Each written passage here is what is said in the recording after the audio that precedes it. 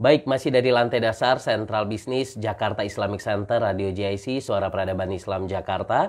Assalamualaikum warahmatullahi wabarakatuh. Alhamdulillahirabbil alamin. Segala puji bagi Allah. Salawat serta salam tetap kita aturkan kepada Nabi besar kita, Nabi Muhammad Shallallahu Alaihi Wasallam. Baik Mitra JIC, kembali lagi di program Bincang Sehat kerjasama Radio JIC dengan Rumah Sakit Islam Jakarta Sukapura. Bekerja sebagai ibadah ihsan dalam pelayanan, hari esok harus lebih baik daripada hari ini. Bersama Bang Dipo Usman hadir menemani Anda insya Allah kurang lebih 45 menit ke depan. Kita akan menemani Mitra JIC semua tentunya baik melalui Facebook ataupun melalui Zoom meeting yang telah bergabung pada kesempatan hari ini. Kami ucapkan juga terima kasih. Nah Mitra JIC kita juga memberikan sesi tanya jawab ya, ataupun kesempatan buat mitra yang ingin bertanya seputar tema kita hari ini. Silakan langsung saja kirimkan pertanyaannya di 08121554988, di 08121554988. Dan acara kita juga disiarkan live melalui Facebook Radio JIC, dan nanti juga kita bergabung melalui YouTube channel kami JIC TV dan JIC Channel. Baik Mitra JIC, tema kita hari ini berkaitan dengan hepatitis. Dan alhamdulillah pada pagi hari ini sudah hadir bersama kita Dr. Siti Anisa. Beliau merupakan dokter umum Rumah Sakit Islam Jakarta Sukapura yang nampaknya sudah tidak asing lagi bagi Mitra JIC, terutama yang saat ini masih melakukan cuci darah atau hemodialisa. Nah nanti kita akan bersama-sama membahas mengenai tema kita hari ini, yaitu hepatitis bersama Dokter Siti Anisa. Assalamualaikum warahmatullahi wabarakatuh, Dokter. Waalaikumsalam warahmatullahi wabarakatuh. Apa kabar, Dok? Alhamdulillah. Sehat ya? Alhamdulillah sehat. Sehat, alhamdulillah. Senang banget. Akhirnya kita bisa ketemu lagi. Sebelumnya juga pernah siaran tapi lewat Zoom karena memang pandemi masih ada, dan kita juga tetap menggunakan masker agar kita semua aman dan mudah-mudahan kita semua bebas dari COVID-19. Amin. Gimana Dok? Selama pandemi aktivitasnya tambah sibuk atau gimana Dok? Aktivitas sih ya emang dibilang semakin sibuk ya, karena kan emang banyak pasien kemarin kita ya. Cuma ya sekarang sih alhamdulillah ya mulai senggang lah ya, sedikit senggang, karena emang mungkin dari masyarakat sudah mulai mengerti dan mulai waspada, mulai tahulah prokes yang seperti apa yang harus tetap dijaga. Nah itu ya, makanya alhamdulillah dengan adanya vaksin itu bisa meningkatkan herd immunity kita, agar kita juga bisa beraktivitas seperti biasanya sebelum adanya COVID. Nah, dokter, tema kita hari ini tentang hepatitis. Nah, sebagian orang agak khawatir hepatitis ini karena memang ini kan menular ya dok ya. Menular sekali. Nah, sesuatu yang menular pasti kan kita juga sebagai orang-orang yang terdekat itu mudah-mudahan tidak terjadi hal ini gitu ya, atau penularannya itu mampir di kita. Nah, untuk itu kami persilakan, sebagai pendahuluan kami persilakan Dr. Siti Anisa untuk menyapa dulu Mitra JIC dan memberikan pendahuluan agar diskusi kita lebih menarik lagi. Baik. Assalamualaikum warahmatullahi wabarakatuh. Waalaikumsalam warahmatullahi wabarakatuh. Saya Dr. Siti Anisa yang biasa akrab dipanggil dengan Dokter Nisa kalau di rumah sakit ya. Saya saat ini berdinas, kebenaran saya dokter ruangan di ruang hemodialisa atau dikenal dengan ruang cuci darah. Mungkin ada sahabat-sahabat dari JIC yang keluarganya cuci darah mungkin akan kenal dengan saya. Pada hari ini saya diberi tugas untuk sebetulnya bukan memberi pelajaran, tapi kita sharing-sharing aja masalah tentang hepatitis. Nah, sebelum kita membicarakan masalah hepatitis lebih jauh, sebelumnya kita harus tahu dulu apa sih pengertian dari hepatitis itu dulu ya. Hepatitis itu sebetulnya bahasa kedokteran. Hepatitis adalah penyakit peradangan pada hati atau liver. Kalau kita bilang sih, kalau orang-orang medis bilangnya hepar. Nah, hepatitis sendiri itu dibagi-bagi menjadi 5. Ada jenisnya banyak hepatitis. Ada hepatitis A, hepatitis B, hepatitis C, hepatitis D, maupun hepatitis E. Tapi yang sering banyak orang-orang tahu itu hanya hepatitis A, hepatitis B, dan hepatitis C. Karena hepatitis D dan hepatitis E ini jarang sekali terjadi, ya. Dan penularannya pun juga hampir antara hepatitis A, B, C itu ya hampir sama. Cuma bedanya kalau pada hepatitis A itu melalui makanan atau minuman yang terkontaminasi dengan virus hepatitis itu sendiri. Tapi kalau untuk hepatitis B dan C dia sama. Kontak langsung dengan cairan tubuh pasien yang mengandung hepatitis virus tersebut. Seperti itu Mas Dipo. Ya, jadi kalau misalkan kita menderita hepatitis B atau A atau C, ya nggak perlu takut sebetulnya. Cuma kita ya wajib mengenal dulu gejala-gejalanya seperti apa. Karena kan setiap penyakit pasti ada gejala pendahulunya ya. Seperti apa untuk hepatitis ini? Kalau kita menderita hepatitis itu akan timbul gejala-gejala seperti adanya mual, ada muntah, nafsu makannya menurun, terus buang air kecilnya, pasti dokter akan nanya, buang air kecilnya warnanya seperti apa? Kalau dia bilang seperti air teh dok, warnanya kecoklatan pekat. Oke. Terus dokter akan bertanya, buang air besarnya bagaimana? Buang air besarnya biasa kalau pada hepatitis itu akan berwarna pucat. Ya.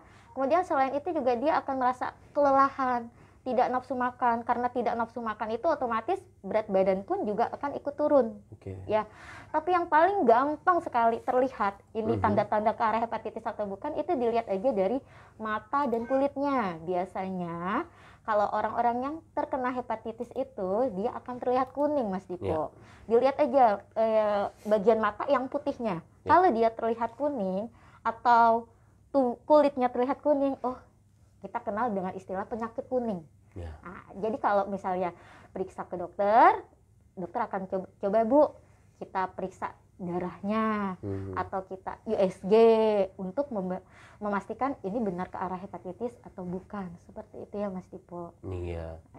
Nah jadi itu tadi yang sudah disebutkan merupakan gejala-gejala yang memang harus betul-betul diketahui agar kita ya melakukan tindakan pertama yang bisa kita lakukan seperti itu ya.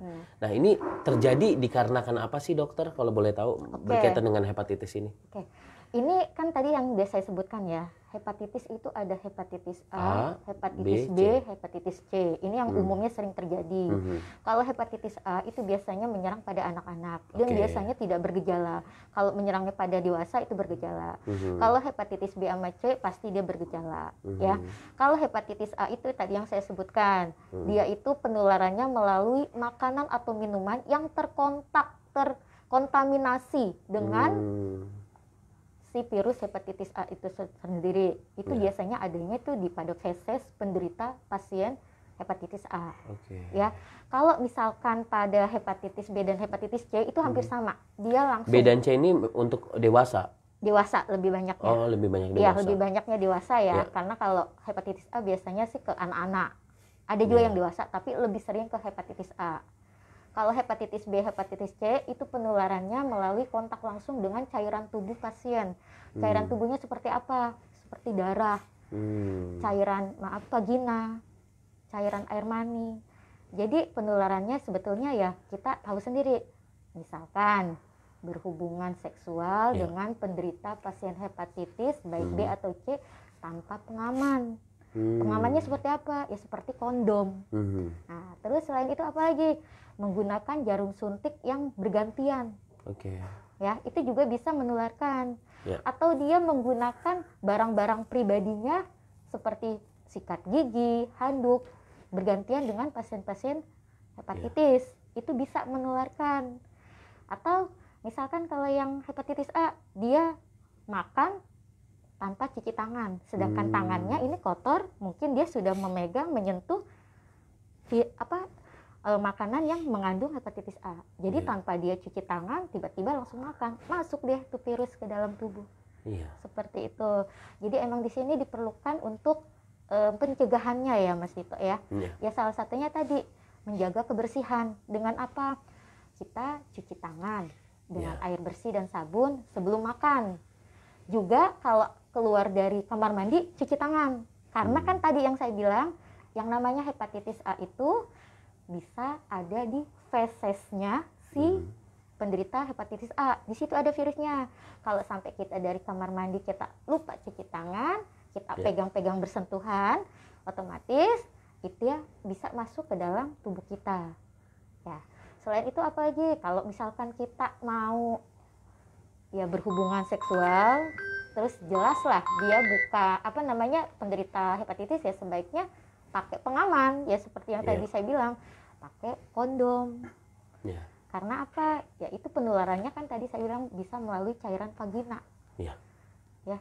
Ya, terus ada lagi yang paling penting yaitu melakukan vaksinasi. Kan ada vaksinnya. Vaksinasi hepatitis. Hepatitis, tapi vaksin hepatitis hanya ada 2 ya, hepatitis A dan hepatitis B. Ya. Hepatitis C belum ada vaksinnya. Oke. Jadi kalau misalkan kan ada jadwalnya, dokter udah ngasih, biasanya dia tiap 5 tahun sekali. Setelah 5 tahun nanti ada booster lagi. Tapi sebaiknya sebelum melakukan vaksin, alangkah baiknya kita periksa dulu. Takutnya kita udah terkena virus, kita vaksin ya percuma. Jadi kita pemeriksaan dulu seperti pemeriksaan lab, misalnya untuk pemeriksaan hepatitis B, kita lakukan pemeriksaan HBsAg terlebih dahulu, kita lihat kita bebas benar dari hepatitis B atau tidak, baru kita melakukan vaksin. Seperti itu. Iya, baik. Jadi penanganannya sebenarnya udah bukan sesuatu yang aneh ya, sesuatu yang sulit karena kita menghadapi virus COVID-19 seperti itu juga ya dok ya, mulai dari hampir sama ya, mencuci tangan, kemudian juga intinya jaga kebersihan. Cuci sama tangan, meningkatkan daya tahan tubuh. Ya. Karena kalau hepatitis A ini sebetulnya kan ini penyebab terbanyak hepatitis itu virus. Ya. Infeksi dari virus. Betul. Sifat virus itu sebetulnya self-limiting disease ya. Jadi bisa disembuhkan dengan imun kita sendiri. Kalau imun kita itu benar-benar bagus, bisa melawan si virus masuk. Ya, jadi dia sifatnya kalau kayak hepatitis A itu suportif aja. Misalnya kalau ada demam ya minum obat demam, ditambah dengan vitamin-vitamin supaya untuk meningkatkan imun tubuh kita. Tapi kalau misalkan kayak hepatitis B yang mungkin dia sifatnya lebih akut dan dibandingkan yang hepatitis A, itu biasanya dengan obat-obatan seperti interferon, antivirus. Obatnya juga ada ya dok ya? Ada, insya Allah sih ada ya. Kayak hepatitis B itu bisa menggunakan interferon, tapi mungkin emang biayanya mahal. Interferon, antivirus, atau kalau emang itu si hepar atau hatinya udah rusak banget, udah nggak bisa dipakai, kalau emang tuh pasien mau cangkok hati, transplantasi hati dengan hatinya orang yang masih sehat. Itu kalau sudah benar-benar hatinya rusak yang sudah tidak bisa diobati dengan obat-obatan lagi. Artinya untuk pasien hepatitis itu kalau misalnya di rumah sakit seperti kayak COVID-19 ya, artinya pakai APD lengkap. Oh enggak, jadi kan tadi yang saya bilang penularannya tidak hanya lewat dia cairan hanya ya? kontak langsung dengan cairan tubuh pasien. Kalau si COVID kan droplet, airborne ya. Kalau si ini hepatitis enggak. Kalau misalkan kita ngobrol seperti ini, kita tidak kontak dengan cairan tubuh pasien yang pasien hepatitis ya nggak akan menular. Jadi nggak usah terlalu takut. Nggak usah terlalu takut.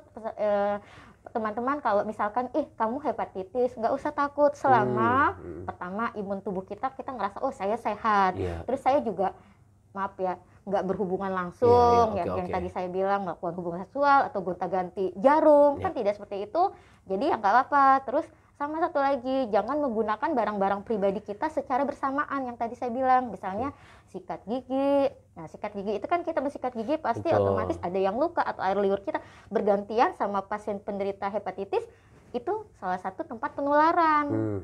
Jadi sebaiknya kayak barang-barang pribadi, misalnya ya handuk, sikat gigi atau alat makan jangan makan bersama kalau pasien-pasien hepatitis seperti itu Mas Tipo. Iya, jadi nggak perlu khawatir. Nggak usah perlu yang pakai APD apa segala macam. Karena penularannya bukan dari udara ataupun bukan dari droplet ya, tapi lebih kepada yang ada di dalam tubuh cairan tubuhnya sendiri ya, misalnya darah kita sama-sama luka terus kena, atau misalnya nih sebagai seorang tenaga kesehatan hati-hati misalnya kita menyuntikkan obat, itu kan kalau setiap kita habis menyuntikkan obat tuh kita yang paling kita takutkan harus segera menutupnya. Karena apa, namanya kita bekerja takutnya ceroboh, kita tersuntik bekas jarum pasien yang hepatitis. Nah itu juga bisa menjadi sumber penularan.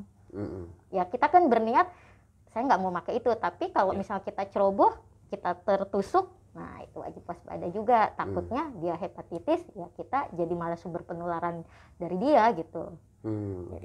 Sumber utama itu atau penyebab utama itu apa? Apakah memang ini juga salah satu faktor keturunan atau genetik? Karena Bang Dipo juga sempat pernah ada yang sahabat gitu ya, yang meninggal dikarenakan hepatitis. Dan itu nggak tahu apakah ini benar atau tidak dokter penanganannya. Jadi mulai dari kasurnya itu dibakar, baju-bajunya dibakar begitu. Sebetulnya ya Mas Dipo, kalau sampai kayak kasurnya dibakar, baju-bajunya dibakar itu berlebihan kalau menurut saya ya. Kan tadi saya bilang penularannya misalnya kalau pada hepatitis B atau C itu kan kontak langsung dengan cairan tubuhnya. Betul. Lah kalau misalkan mohon maaf si bajunya, kasurnya, kalau bajunya udah dicuci kan udah nggak ada. Kan sudah bersih. Termasuk juga misal sendok nih, kemudian dikasih dengan air panas contoh. Yang tadi intinya, untuk salah satu pencegahannya kan kita mencuci tangan dengan air bersih dan sabun. Otomatis kan kalau kita sudah cuci dengan air sabun udah bersih, berarti kan tidak menempel. Gitu. Iya, sama aja seperti kayak COVID ya. COVID kan juga ya yang selama ini kita lakukan rajin mencuci tangan. Karena apa? Kita megang barang kayak begini takutnya ada virus si COVID. Jadi harus rajin-rajin cuci tangan. Kemana-mana kita bawa hand sanitizer. Itu kan salah satu bentuk pencegahan.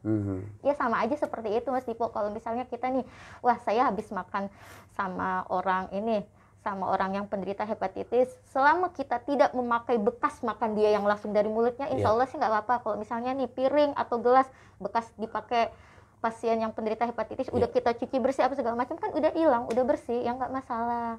Yang penting jangan saat itu kita sendok-sendokan bareng berdua, nah itu jadi sumber penularan.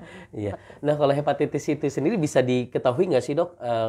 Kalau misalnya kita ada tanda-tandanya gitu, gejala-gejala yang bisa di-share gitu pada hari ini. Yang tadi sudah saya jelaskan ya tadi salah satu gejalanya. Emang awal-awalnya pasien penderita hepatitis ini tidak menimbulkan gejala. Dia akan merasakan gejala jika sudah lewati masa inkubasi si virusnya tersebut.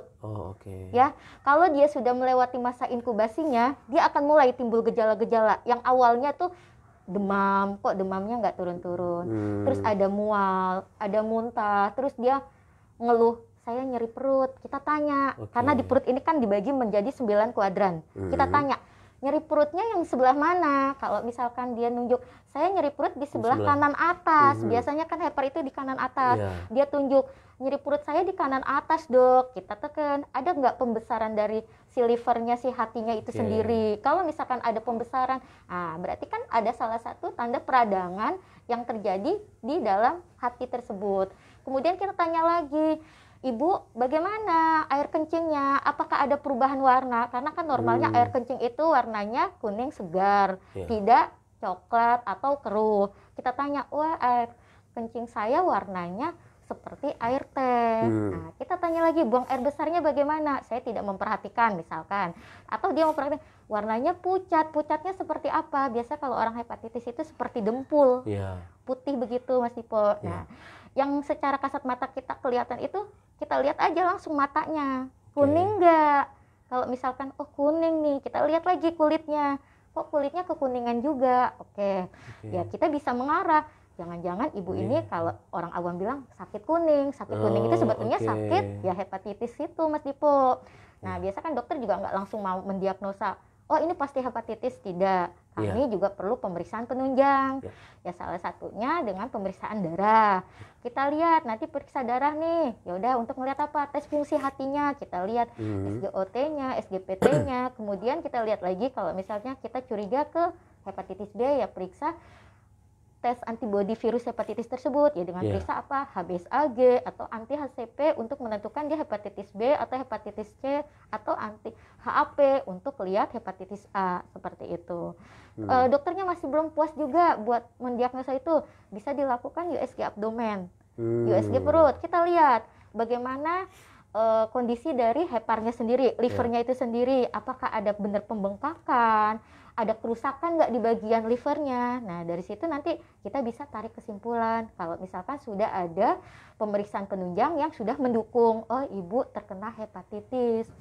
Seperti itu Mas Dipo. Iya, jadi nggak bisa asal ini ya dok ya sebenarnya langsung menjudge dia terkena hepatitis atau saya tidak. Nggak suka, bukannya apa itu bikin orang sedih, sih, bikin beneran. orang down. Karena kan yang namanya kita down, kita sedih, otomatis menurunkan daya tahan tubuh. Sedangkan kita semua penyakit kita perlu meningkatkan daya tahan tubuh supaya bisa melawan sendiri penyakit tersebut. Yang tadi saya bilang seperti pada hepatitis A, kalau daya tahan tubuh kita bagus, sebetulnya bisa dilawan ya tanpa harus ada obat-obatan seperti itu. Iya, jadi harus diperiksakan lebih lanjut lagi ya. Itu bisa jadi hepatitis atau bisa jadi tidak begitu ya. Karena itu. Dan eh, hepatitis sudah dipastikan ya, maksudnya beberapa tadi gejala-gejalanya itu pasti ditemui lah minimal. Insya Allah ada. Ada semua. Ada. Seperti Oke. ada. Karena dia akan istilahnya merusak bagian liver kita. Liver, ya. Ya, dia akan menggerogoti makin lama ya dia akan rusak, gagal fungsi dari si livernya yang tadi saya bilang. Kalau sampai dia gagal fungsi hepar secara total, maka Apa yang dia rasakan gitu? yaitu yang tadi saya bilang, penurunan berat badan, badannya jadi kuning semua, bahkan nanti bisa takutnya menular ke bagian kandung empedu, karena bisa kan dia satu hepatobiliar ya, itu sifatnya. Jadi alurnya itu mengikuti itu nanti jadi merambat kemana-mana Mas Dipo. Karena yang namanya liver itu kan bagian terbesar nomor 2 di dalam organ perut kita. Nah, ya kalau dari tingkatannya dok, hepatitis ada nggak sih dok? Kan kalau tadi B sama C kan jenis ya dok ya? Iya jenisnya. Kalau tingkatnya gitu ya, ini tingkat nggak akut nggak ada. Oh, tingkat yang kayak gitu itu ada yang sifat berarti. Oh, sifat ya berarti ya, sifat. Ada yang sifatnya akut dan ada yang sifatnya kronik. Biasanya kalau yang sifatnya akut itu berlangsung cepat ya. Dia berlangsungnya cepat, langsung perburukan. Kalau yang sifatnya kronis itu biasanya dia perlahan-perlahan sehingga menimbulkan terjadinya komplikasi kronis. Karena kalau sudah komplikasi dia bisa kemana-mana. Komplikasi dari si hepatitis sendiri itu bisa menyebabkan gagal hati yang tadi saya sebut, bisa menyebabkan sirosis hepatis, bisa menyebabkan juga jadi kanker hati.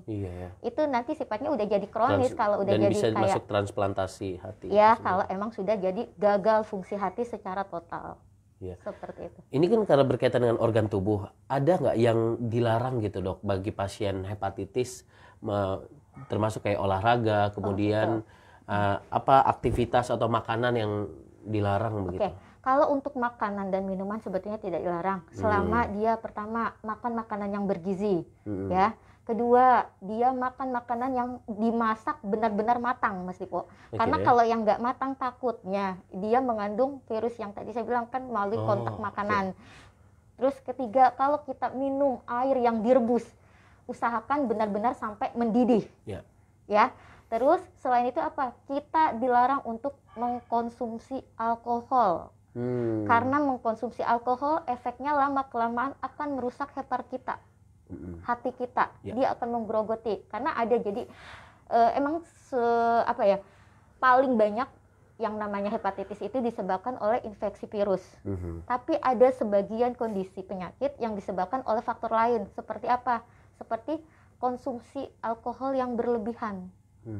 Ya, selain itu apa? Dia mengkonsumsi jenis obat-obatan yang melampaui dosis sehingga menimbulkan racun terhadap si hepar sendiri. Karena ada obat-obatan yang bisa menimbulkan hepatotoksik yang bersifat racun terhadap hepar. Seperti itu. Kalau dia melebihi dari dosis, maka akan timbullah si racun-racun itu. Atau juga bisa disebabkan karena penyakit autoimun. Pernah dengar kan penyakit autoimun, Mas Dipo? Ya, penyakit autoimun itu jadi imun yang ada di badan kita, dia kerjanya terbalik. Jadi malah menyerang kita sendiri. Itu penyakit autoimun. Jadi dia menyerang, harusnya dia melawan adanya suatu virus yang masuk ke dalam tubuh kita, tapi karena penyakit autoimun malah dia berbalik menyerang kita sendiri, bukan melindungi. Seperti itu. Jadi bukan hanya terpaku pada adanya infeksi virus aja hepatitis itu. Kita lihat lagi. Maka kalau ada pasien tanya riwayatnya. Tanya riwayat. Bapak, mohon maaf sebelumnya Bapak ada riwayat minum minuman keras nggak? Atau menggunakan seperti nafza gitu. Kan kita bisa tahu, misal iya dok saya memakai jenis yang pakai suntik. Nah berarti kan dia bergantian. Atau mohon maaf, misalnya iya dok saya sering jajan. Nah itu. Jadi kita tanya dulu. Jadi bukan berarti karena dia terinfeksi oleh virus murni dari temannya atau gimana, kita tanya dulu, kita gali. Karena yang namanya pengobatan kalau anamnesanya benar, insya Allah diagnosis akan tegak. Seperti itu. Nah, jadi kalau misalnya pasien itu kapan harus dibawa ke dokter gitu? Apakah memang kondisi pada saat apa gitu? Kapan kita harus pergi ke dokter? Yaitu kalau sudah mulai timbul gejala-gejala yang dirasakan tadi selama yang berapa saya hari sebutkan. Misalkan dia kan biasa pasien itu kalau cuma sehari 2 hari dia masih kuat. Enggak, ini enggak apa-apa. Pasti mikirnya kalau udah mual muntah masuk angin, pasti deh. Ya kan? Kalau dia ngerasa kok saya mual muntahnya nggak berhenti-berhenti. Saya udah nggak ada nafsu makan, berat Ya. badan saya sudah mulai turun, Ya. bahkan saya udah mulai terlihat kuning. Biasanya itu pasien itu akan langsung lari ke rumah Kuningnya itu sakit. di kulit atau di Di mata pun juga bisa. oh mata? Di mata yang tadi saya lihat aja matanya kok tidak seperti biasa, mata saya kok kelihatan kuning. Dia kalau udah ngelihat kok mata saya kuning, pasti dia orang awam mikir jangan-jangan saya sakit kuning karena terkenal dengan sakit kuning seperti itu. Dia pasti akan konsultasi, minimal dia akan pergi ke klinik atau puskesmas untuk mendiskusikan penyakitnya tersebut. Ya, Seperti jadi kalau itu. udah ada tanda-tanda seperti itu, alangkah baiknya segera. Karena semakin cepat terdeteksi, kita mencegah terjadinya komplikasi kemana-mana, semakin mencegah terjadinya perburukan penyakit tersebut. Semakin dia lambat, takutnya malah jadi semakin parah. Itu udah parah baru datang kan, jadinya kitanya juga perlu kerja keras ekstra untuk mengobatinya. Dan si pasien ini akhirnya juga merasakan akibatnya kalau kadang suka gini, udah parah baru ke rumah sakit, dia akan merasa kok nggak ada perbaikan. Karena emang penyakitnya sudah terlalu parah kan, kami juga mengobatinya juga gimana caranya supaya tidak terjadi komplikasi. Yang paling penting. Artinya nggak sampai pingsan gitu ya dok ya? Enggak, insya Allah enggak, selama ya kalau mual muntahnya tidak berlebihan. Karena kalau mual muntahnya dia sampai berlebihan, yang ditakutkan terjadi dehidrasi. Kalau dia ngerasa lemes segala macam, pingsan otomatis terjadi. Kalau emang dia benar-benar terjadi sampai dehidrasi yang mual muntah yang berlebihan tadi. Seperti itu. Nah, kalau berkaitan dengan genetik dok, apakah ini salah satu faktor keturunan? Yang bisa menyebabkan dia faktor risiko ya. Faktor risiko yang bisa meningkatkan terjadi hepatitis, salah satunya ada faktor keturunan yang memiliki riwayat hepatitis ini. Jadi kalau salah satu keluarganya punya riwayat hepatitis, itu kita wajib menggali. Karena apa yang tadi saya bilang kan, takutnya dia menggunakan alat-alat pribadinya secara bersamaan. Atau mungkin dia bersentuhan dengan makanan yang sebetulnya sudah terkontaminasi dengan pasien-pasien yang si keluarganya yang tadi. Berarti kan penularannya jadi lebih cepat sebetulnya. Nah, kalau misalkan juga pada ibu hamil yang melahirkan, ibu kan karena sekarang nih kita punya screening ya, salah satunya hepatitis B, HIV untuk orang-orang yang mau melahirkan. Karena kita mau lihat jangan sampai si bayi ya, ibunya nih menderita hepatitis B. Nah, dia mau lahiran nih, jangan sampai kita mencegah si bayi yang keluar itu terkena hepatitis juga. Jangan sampai. Dan itu biasanya yang pertama bayi keluar langsung dikasih suntikan? Ada suntikannya. Jadi kalau misalkan dia emang dilahirkan kurang dari, jadi pas bayi lahir nih ya Mas Dipo, kalau kami itu kurang dari 6-12 jam itu harus sudah mendapatkan suntikan seperti vaksin hepatitis B, cuma dia enggak hiperhep namanya. Jadi suntikannya itu khusus ya, ibu-ibu, bapak-bapak, dan harganya juga mahalnya luar biasa. Dosis satu kecil itu hanya 2 jutaan kalau nggak salah. Lumayan. Tapi alhamdulillah pemerintah baik ya. Itu bisa didapat dengan gratis di puskesmas. Dengan catatan si pasiennya itu, yang ibu yang melahirkan itu benar-benar terdeteksi hepatitis. Jadi pemerintah luar biasa supaya kita jangan kena hepatitis yang banyak. Memutus itu mata menggratiskan, rantai, digratiskan karena harganya juga mahal, 2 jutaan meskipun kecil, cuma 0,5 cc. Itu wajib didapat setelah kurang dari 6 lahir. jam. Kurang dari 12 jam lah. Iya ya.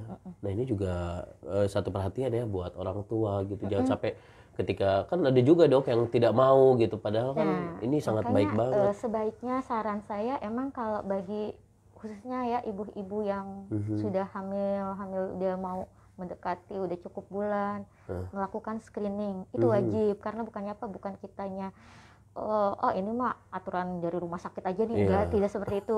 Karena kan kita juga pingin antara ibu dan bayi sehat. Jadi kalau kami emang selalu melakukan screening untuk ibu-ibu yang akan melahirkan, yaitu salah satunya hepatitis B, terus sama HIV, karena kasihan bayi yang tidak berdosa terkena penyakit dari ibunya. Seperti itu. Dok, saya masih mau bertanya lagi, kita kembali lagi berkaitan dengan hepatitis. Hepatitis B sama C itu perbedaan yang mencolok apa dok? Hepatitis B sama hepatitis C. Oke. Kalau hepatitis B sama C, yang kalau saya jujur lebih takut di hepatitis B.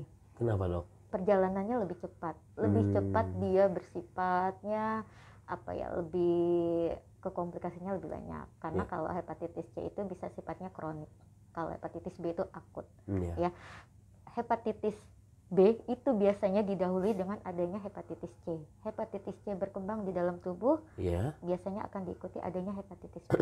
Hmm. Seperti itu. Kalau saya secara pribadi ya emang sama-sama saya takutin, cuma kami lebih takut terhadap hepatitis B karena penularannya lebih dahsyat dibandingkan hepatitis C. Oke. Seperti itu. Iya, baik. Karena paling banyak adalah hepatitis B. Paling banyak hepatitis B. Seperti itu. Iya. Luar biasa ini dokter, Masya Allah, menceritakannya seperti hidup gitu. Jadi Bang Dipo juga akhirnya ingin ini ya lebih merubah lifestyle. Ya, benar. Kemudian juga seperti tadi sendok ya, yang sepele banget padahal Ya. ya ini kita makan gitu kan kita nggak tahu. Iya, makanya maaf ya, kadang kan pengantin baru maunya suap-suapan. Iya. Nah, kita nggak tahu nih, maaf ya, meskipun udah jadi Iya, suami, ya sebaiknya alangkah baiknya sebelum menikah kita Screening. periksakan. Nah, iya sebetulnya, cuma kan kadang kita Bener-bener. kalau udah tahu duluan, kita jadi takut. Iya, Masa nggak iya. mau jadi nikah sama dia kan nggak mungkin. Ya alangkah Iya. baiknya supaya kita sebetulnya pencegahan lebih baik daripada sudah terjadi dan kita ngobatin. Gitu. Iya, iya. Jadi ya kalau emang mau itu ya screening aja terlebih dahulu. Iya. Kita lihat, oh suami kita bersih, pasangan kita bersih, mau suap-suapan juga nggak masalah. Ya, Gitu. itu ya. Jadi ya mulai dari selalu mencuci tangan, selalu Ya. membersihkan dengan sabun Ya. ya. Termasuk juga kalau baju dan lain-lain itu nggak menular lewat situ ya dok sebenarnya dok ya. Selama itu baju sudah dicuci loh ya. Iya. Ya tapi kalau misalkan habis dipakai, kita pakai lagi ya sama aja kan masih nempel, belum dicuci. Iya. Yang tadi yang saya bilang, handuk dipakai bersamaan. Itu juga sumber penularan.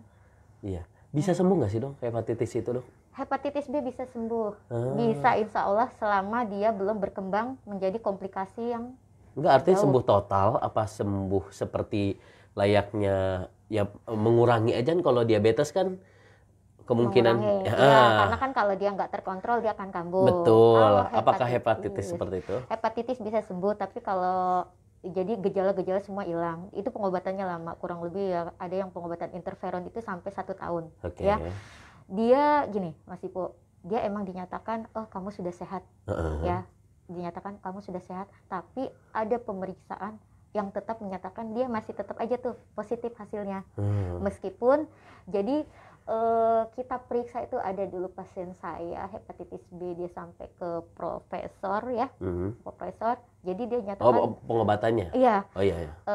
sudah dinyatakan Bapak sembuh karena di ruang hemodialisa, di ruang cuci darah sendiri kami juga untuk mesin dipisahkan Mas Dipo. Oke. Jadi mesin yang pasien yang non infeksi dengan yang infeksi. Oke. Pasien infeksi pun juga kami pisahkan antara yang hepatitis B dengan hepatitis C karena mengingat penularannya. Oke. Jadi saya kalau misalkan ke pasien yang kita kan selalu melakukan screening ya, screening setiap minimal 6 bulan sekali di ruang cuci darah itu karena kita mau lihat ini pasien masih tetap hasilnya negatif atau jangan-jangan malah selama 6 bulan ke depan dia malah jadi positif.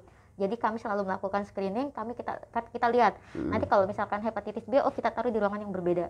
Hepatitis C kita taruh di ruangan sini gitu. Kita nggak mau digabung. Ada positif negatif dok? Apakah ada Jadi, kayak bentuk kayak PCR gitu? Atau? Enggak. Jadi gini, sebetulnya bukan positif negatif. Jadi ada pasien kami waktu itu kebenaran dia menderita hepatitis B. Nah, dia obatnya juga cukup mahal ke seorang profesor.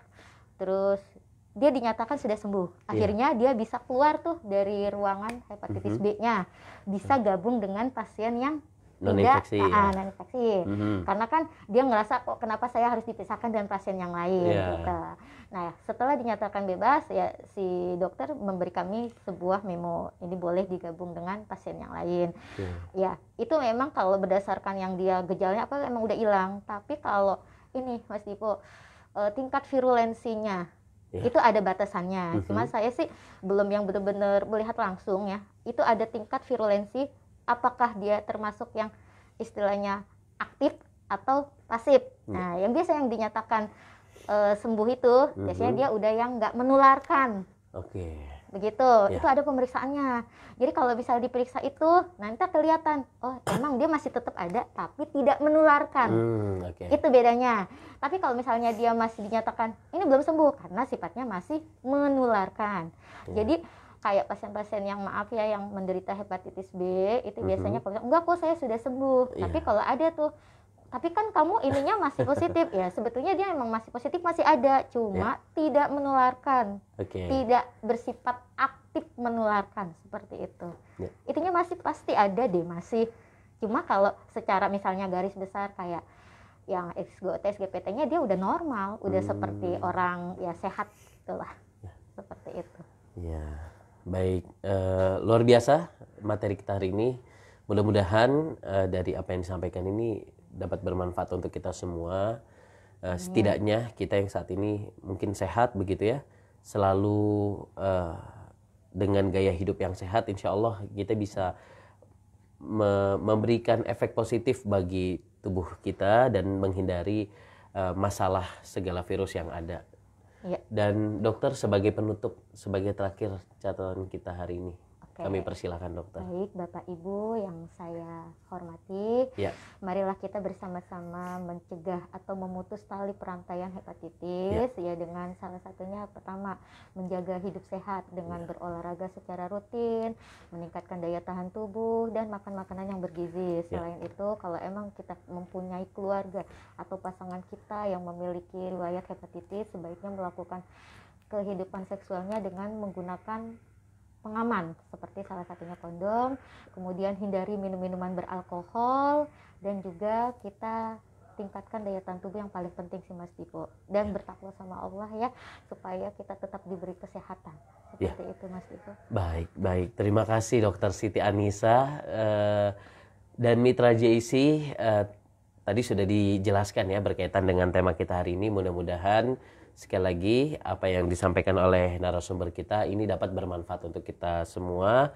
Dan ayo kita mulai dari sekarang senantiasa menjaga tubuh kita dengan olahraga, sekaligus juga berkaitan dengan tema ini kayak misalnya sendok itu kalau bisa bawa sendiri ya. Bukan hanya hepatitis di zaman COVID-19 ini bisa kayaknya harus lebih semua harus secara ketat, ya.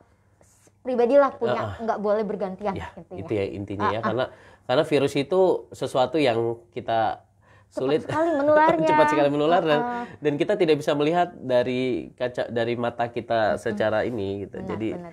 Jadi harus betul-betul senantiasa menjaga pola hidup kita yang sehat ya. Baik, untuk Mitra JC juga yang ingin periksa atau konsultasi atau ingin tanya-tanya begitu ya, silakan bisa langsung ke Rumah Sakit Islam Jakarta Sukapura, Jalan Tipar Cakung nomor 5 Sukapura, Jakarta Utara. Di Rumah Sakit Islam Jakarta Sukapura juga punya klinik prima. Jadi Mitra JIC tidak perlu ngantri, mulai dari pembayaran, mulai dari ngantri obat, mulai dari pemeriksaan, insya Allah itu full service ya. Jadi Mitra JIC juga bisa juga ke klinik Rumah Sakit Islam Jakarta Sukapura yang tentunya sudah jadwalnya nanti bisa ditanyakan langsung melalui bagian informasi. Dan sekali lagi terima kasih kepada seluruh dokter dan terima kasih kepada Mitra JIC yang bergabung juga melalui Zoom meeting. Insya Allah kita akan ketemu lagi di hari Jumat di jam yang sama dari pukul 9 sampai jam 10 waktu Indonesia Barat bersama saya Bang Dipo Usman. Billahi taufiq wal hidayah. Wassalamualaikum warahmatullahi wabarakatuh. Waalaikumsalam warahmatullahi wabarakatuh.